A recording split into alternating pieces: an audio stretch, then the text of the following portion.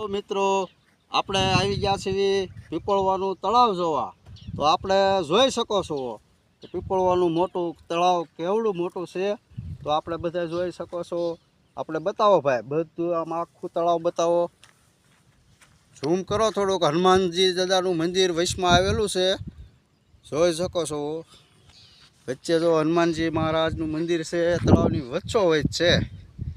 તો મિત્રો આપણે ત્યાં દર્શન કરવા જવાનું છે, પણ અત્યારે નહીં. પછી આપણે જઈશું ત્યારે ક્યારેક એનો વિડીયો બનાવીશું. અત્યારે તમે જોઈ શકો છો, આ એનો પાળો છે આમ.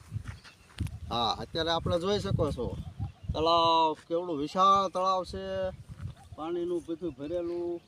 આ એનો પાળો છે, ઉપર રસ્તો બનાવેલો છે. આ ફરતી જુઓ વાડિયું, લોકેશન એક નંબર લોકેશન છે.